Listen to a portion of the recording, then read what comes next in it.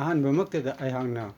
ꯂꯝꯗꯝ ꯑꯁꯤꯗ ꯂꯩꯔꯤꯕ ꯑꯃꯗꯤ ꯂꯝꯗꯝ ꯑꯁꯤꯒꯤ ꯃꯄꯥꯟꯗ ꯂꯩꯈ꯭ꯔꯕ ꯂꯣꯜ ꯃꯌꯦꯛꯄꯨ ꯅꯨꯡꯁꯤꯖꯕ ꯑꯍꯜ ꯂꯃꯟ ꯃꯔꯨꯞ ꯃꯄꯥꯡ ꯁꯥꯇ꯭ꯔ ꯁꯥꯇ꯭ꯔꯤ ꯃꯍꯩꯔꯣꯏ ꯏꯆꯤꯜ ꯏꯅꯥꯎ ꯈ꯭ꯋꯥꯏ ꯈꯨꯗꯤꯡꯃꯛꯄꯨ ꯀꯣꯛ ꯅꯣꯟꯅ ꯈꯨꯔꯨꯝꯖꯕꯒ ꯂꯣꯏꯅꯅ ꯏꯀꯥꯏ ꯈꯨꯝꯅꯕ ꯎꯠꯆꯔꯤ ꯉꯁꯤ ꯅꯩꯅꯒꯗꯕ ꯃꯤꯇꯩ ꯃꯌꯦꯛ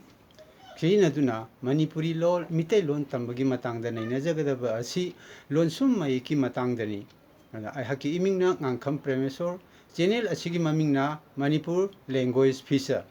ꯍꯧꯖꯤꯛ ꯉꯁꯤ ꯅꯩꯅꯒꯗꯕ ꯂꯦꯁꯟ ꯅꯝꯕꯔ 14.1 ꯑꯃꯁꯨꯡ 14.2 ꯑꯁꯤꯗꯩꯗ ꯅꯩꯅꯖꯒꯗꯕ ꯑꯁꯤꯗꯤ ꯑꯩꯅ ꯍꯧꯖꯤꯛ ꯍꯥꯏꯖꯈꯤꯕ ꯂꯣꯟꯁꯨꯝ ꯃꯌꯦꯛꯀꯤ ꯃꯇꯥꯡꯗꯅꯤ ꯑꯗꯨꯅ ꯂꯣꯟꯁꯨꯝ ꯃꯌꯦꯛ ꯍꯥꯏꯕꯁꯤ ꯑꯍꯥꯟꯕꯗ ꯀꯔꯤꯅꯣ ꯍꯥꯏꯕꯁꯦ ꯑꯩꯍꯥꯛ ꯇꯦꯟꯇꯛꯅ ꯍꯥꯏꯖꯒꯦ ꯋꯥꯍꯩ ꯑꯃꯒꯤ ꯈꯣꯟꯖꯦꯜꯒꯤ ꯈꯨꯖꯤꯡ ꯑꯃꯗ ꯌꯥꯎꯕ ꯑꯅꯤ ꯅꯠꯇ꯭ꯔꯒ ꯑꯅꯤꯗꯒꯤ ꯍꯦꯟꯕ ꯃꯌꯦꯛꯁꯤꯡ ꯑꯗꯨꯒꯤ ꯑꯔꯣꯏꯕꯗ ꯌꯥꯎꯕ ꯃꯌꯦꯛꯅꯤ ꯑꯗꯨꯅ ꯂꯣꯟꯁꯨꯝꯁꯤꯗ ꯃꯈꯜ ꯑꯅꯤ ꯊꯣꯛꯅ ꯈꯥꯏꯗꯣꯛꯏ ꯑꯃꯅ ꯃꯁꯥꯒꯤ ꯁꯛꯇꯝ ꯍꯣꯡꯕ ꯍꯥꯏꯕꯗꯤ ꯃꯄꯨꯡ ꯃꯌꯦꯛꯇꯒꯤ ꯁꯛꯇꯝ ꯍꯣꯡꯕ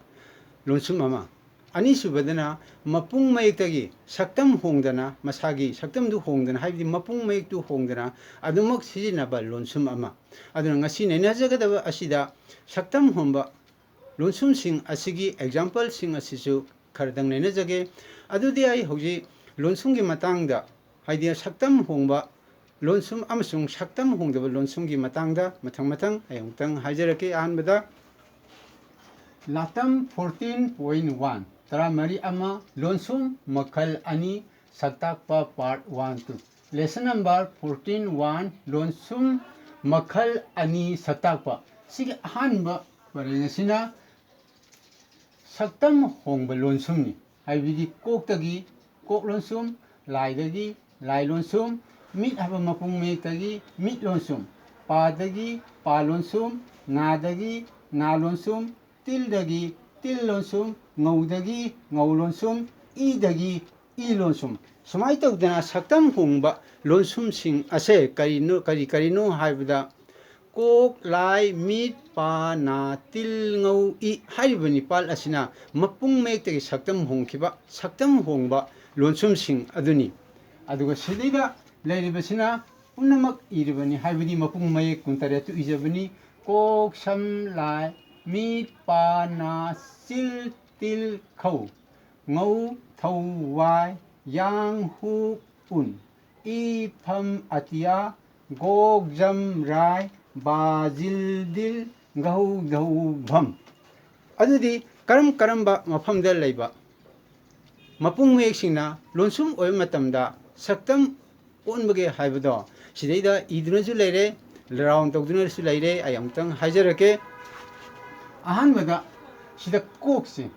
sida laigedaba ko kuntareki ahanbagi ahum kalam ahum lebijigi ahanbagi koksina koklonsum sumaina honge mathangda laijina circle question laga leirije ko kori question leirije laijina olakpa matamda lailonsum saktam honge sumai tawduna mis sida question leirije mapung mayaksi mitsina mitlonsum saktam honge sumai tawduna pajina saktam hongpa matamda lonsum oy matamda pa lonsum sumaina lai mathangda na leire na jina amuk saktam hongpa matamda na lonsum sumaina leire adi mathangda til jina amuk saktam hongpa matamda til lonsum sumaina leire adi mathangda ngau jina sida round toriba sangmana round torje rang sida sangmana round toriba ngau lonsum jina saktam hongpa matamda ngau lonsum sumaina leire mathangda i jina adi round toriba i mapung meksina lonsum oina hongpa matamda i lonsum aina sumaina hongre sumai tawdana mapung mek kuntare sidaida lonsum oina masak honga iji saktam hongba lonsum ni kaino habda kok lai mi pa na til ngau i sumai tawdana mayai gi kalam sing asina saktam hongba lonsum amasung saktam hongda lonsum ado punna ibani aidi mapung mek kuntare duda punna dum yawbado utjabani ado som thangba ulibaje amuk sonde amu hajege yeri thangbada leiriba kalam asina karino haiba matamda saktam hongba lonsum du khaidokraga saktam hongdaba adi lonsum oy matamda saktam hongdaba lonsum sing ado adu mathang taknaba ijabani sidaida 1 2 3 4 5 6 7 8 masina karino habda kok lai mi pa na til ngau i moina saktam hongba lonsum sing ओइगदगिनी Somde इजरिबसिनी अदुगा सक्तम होंगदबा हाइदि लोनसुम ओय मतमदा सक्तम होंगदबसिंगदि करी करीनो हाय मतमदा सम chill खौ थौ वाय यांग who उन फम Atiya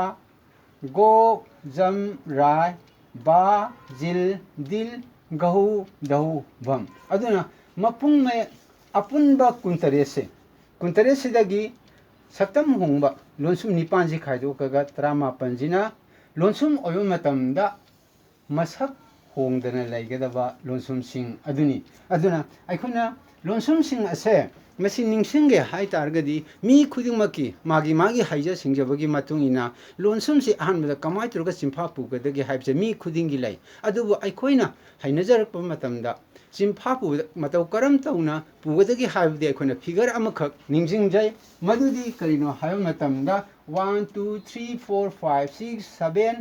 8 सुमाइन लेरिबा सुमाइ तौदना सिगी figure जिदा सुमाइ तरगा लोनसुम सिंगजे मथंग मथंग ओइना निंगसिंगी सुमाइ तर मी खुदिमकी निंगसिंगबगी मोंग लै अदुवा सुमाइ तौदना निंगसिंगबगी मोंगसे अहान हरको मतमदा लोनसुम निपान से सुमाइना निंगसिंगबा यारिगदी सुमाइना निंगसिंगजु कैसु कायदे मसा मसागी हाइजबगी मतुइना लोनसुम निपान से अहानबदा सुमाइना निंगसिंगसु याय मागी हाइजबगी मतुइना निंगसिंगसु याय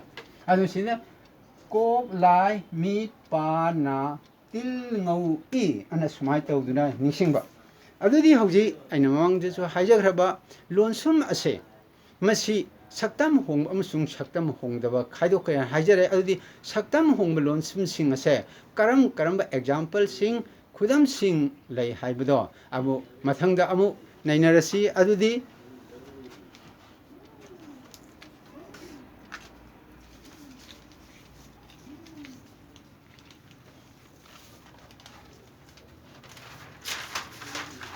अदुदी सिदै यंबियो सक्तम होंग लोनसुम 14.2 जिदैदा लातम सिदैदा मु नैनसी सिदै इदुना सु लेरे अहानबदा लातम त्रामरी अनि लोनसुम मखल अनि सक्ताकपा लेसन 14.2 लोनसुम मखल अनि सक्ताकपा सिदै लेरिबसिना हजि मसक्तम होंग लोनसुम सिंग ममांग इखिबदुनी कोक लोनसुम लाई लोनसुम मिट लोनसुम पा लोनसुम ना लोनसुम तिल लोनसुम ngau लोनसुम ई लोनसुम अदुगा सिदैदा लेरिबसिना मितै लोंदा मणिपुरी लोंदा लैबा वाहै सिंग अदुनी कर्म वाहैनो हाइबा मतमदा सक्तम होंगबा लोनसुम सिंग असि यावरबा अदुगा सिदैदा लेरिबसिना करिनो हाइबदा सक्तम होंगबा लोनसुम यावरबा मितै लोल मणिपुरी लोल अदो इंग्लिशता अमु इंथोपनी कर्मना पागदे हाइबदो सोमदा लेरिबसिना ये थंगबदा लेरिबसिना सक्तम होंगबा लोनसुम यावबा मितै लोन की मणिपुरी लोन की वाहै सिंग अदो इंग्लिश ता करी करी वहां थो लै मीनिंग लै हाइबदो मथंग मथंग उचबनी अदुदी आई हुजी मथंग मथंग सक्तम होंगबा लोनसुम यावबा एग्जांपल सिंग असे खुदम सिंग असे मथंग मथंग तपना पाथजरक लगे अहानबदा को लोनसुम यावबा फग फम को लोनसुम फग फग mat flat seat for sitting आइदि फमननबा अपाक मोंगदा लैबा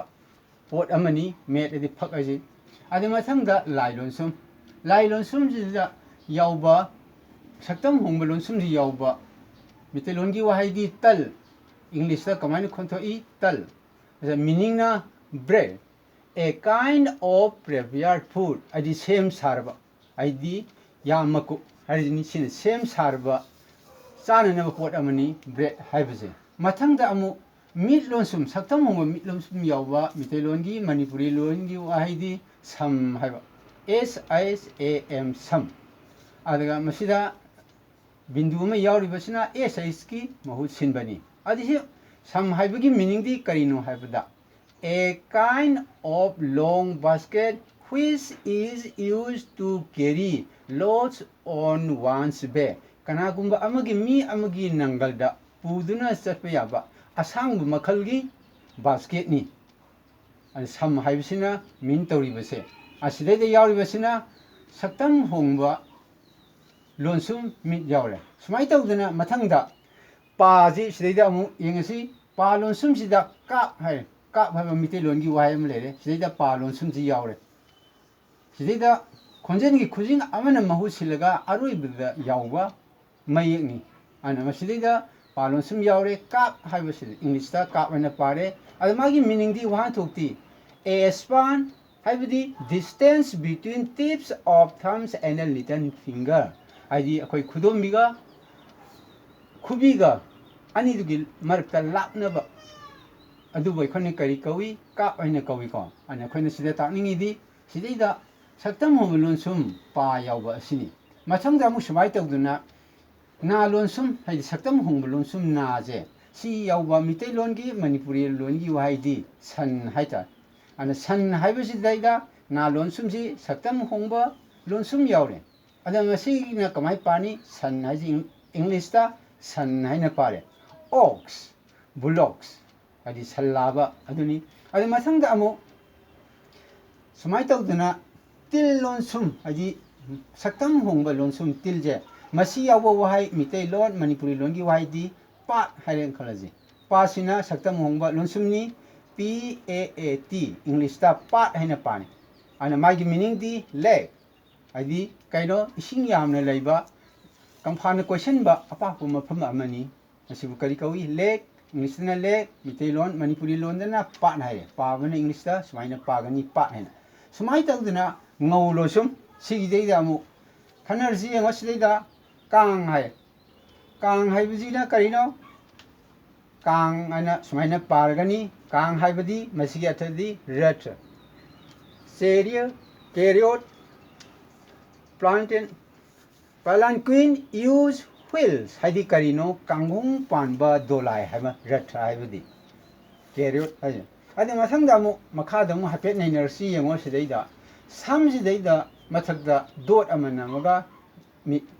lonsumni adina samaina pani masiga thana basket mathakta yauki bajini sidaida samaina yauri basini mit asina karino da 11 tol ni masina kari ga manai em ga manai samai tawdina sam do yaubaga mi sida lonsum amaga sida ani ji khena batala ji keno da mitta lum yauji ga khena batala pani sidana sam haini sam mathakta sam haiba sidana sam haiba sida line ama singije sina dot siga manara ini ana hair haba ana mid dolon sum manaba falling tone of mid ki falling tone sina an siga kariga manai em da makhada dias ama singaga manai masangda mu sidida esari 1 ama sung 4 da esari 1 dana a da mathakta aphaiba dias ama singi adi masangda amuk 4 da a da mathakta aphaiba dias ama singi masibu kari kawi rising tone of a gi rising tone mamangi lesson singdasu a gi mathakta diasama hapaga a natraga su atopa mai ama mathakta diasama haplaga di madu rising tone kawi aduga makhada singagana maduna level tone ngasai sida hajagi bado makhada harbisina falling tone na ni sina arum ayangi ni hogi aiko mathakta mathang hajagi base amu yamna tapna hajarake aroibada haibadi karino habada akoigi saktam hongba lonsum ase masi kari kamai taw habado amtanga tentang hajage kok lonsum phak made flat sheet of sitting tal bread a kind of prepared food some a kind of long basket which is used to carry loads on one's back kana gumbagi nanganda pubi aba basket asang ba haibani sine mitlon sum sida leire mathangda kap hai matamda palon sum leire kap a span ai kan distance between tips of thumbs and the little finger amasung between distance sabili kan thumb ka little finger ga anigi khenaba adugi arapa aduni mathangda san naire san ox bullock mathangda part adi leg mathangda kang haitagadi kang haidi ratra ana chariot palanquin use wheel adi kangong yauba dolai haibani mathangda lai lon sum sidida leire lai habina god sina iswar haibani mato sum tawdana lesson number 14.1 amsung 14.2 da saktam hongba lonsum amsung saktam hongdaba lonsum singado masang sidida sandokna haire mathangdana saktam hongdaba lonsum singi matangda amuk mathangda naina jagadani channel asigi mamingna Manipur language feature ayaki imingna ngangkham premesor asumna saktam hongba lonsum ꯑꯁꯤ ꯃꯊꯪ ꯅꯩꯅꯖꯔꯛꯄꯁꯤꯗ ꯑꯋꯥꯠ ꯑꯄꯥ ꯀꯌꯥ ꯌꯥꯎꯔꯕꯁꯨ ꯂꯝꯗꯝ ꯑꯁꯤꯒꯤ ꯑꯍꯩꯁꯤꯡ ꯑꯃꯗꯤ ꯃꯅꯤꯄꯨꯔꯒꯤ ꯃꯄꯥꯟꯗ ꯂꯩꯈ꯭ꯔꯕ ꯃꯅꯤꯄꯨꯔꯤ ꯂꯣꯜ ꯃꯤꯇꯩꯂꯣꯟꯕꯨ ꯅꯨꯡꯁꯤꯕꯁꯤꯡꯁꯤꯅ ꯑꯋꯥꯠ ꯑꯄꯥ ꯀꯌꯥ ꯍꯥꯏꯕꯤꯔꯛꯅꯕ ꯑꯩꯍꯥꯛꯅ ꯅꯣꯜꯂꯨꯛꯅ ꯍꯥꯏꯖꯔꯤ꯫ ꯉꯁꯤꯒꯤꯗꯤ ꯃꯇꯥꯡ ꯑꯁꯤꯗ ꯂꯣꯏꯁꯤꯟꯖꯔꯒꯦ꯫